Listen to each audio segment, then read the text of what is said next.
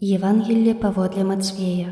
Калі прыйшоў Езус у межы Цэзарэі Філіпавай, запытаўся ў сваіх вучняў, кажучы: «Кім людзі лічаць Сына Чалавечага?» Яны ж адказалі: «Адны Янам Хрысціцелем, другія ж Іллёю, а іншыя Яраміем ці адным з прарокаў». Ён сказаў ім: «А вы кім лічыце мяне?»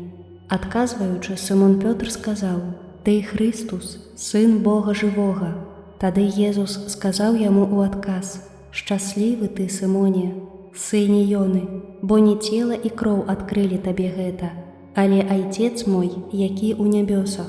І я кажу табе, што ты, Пётр, скала, і на гэтай скале я пабудую касцёл мой, і брамы пякельныя не перамогуць яго.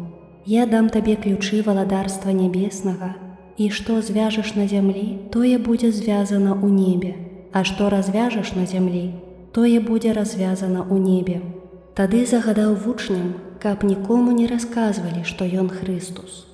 З таго часу пачаў Езус адкрываць вучням сваім, што ён павінен ісці ў Єрузалем і шмат выцерпець ад старэйшын, першасвятароў і кніжнікаў, і быць забітым, і на трэці дзень уваскрэснуць.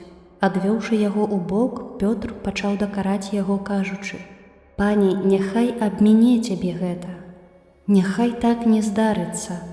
Ён жа, павярнуўшыся, сказаў Пятру: «Адыдзі ад мяне, сатана, ты для мяне спакуса, бо думаеш не пра тое, што Божае, але пра тое, што чалавечае».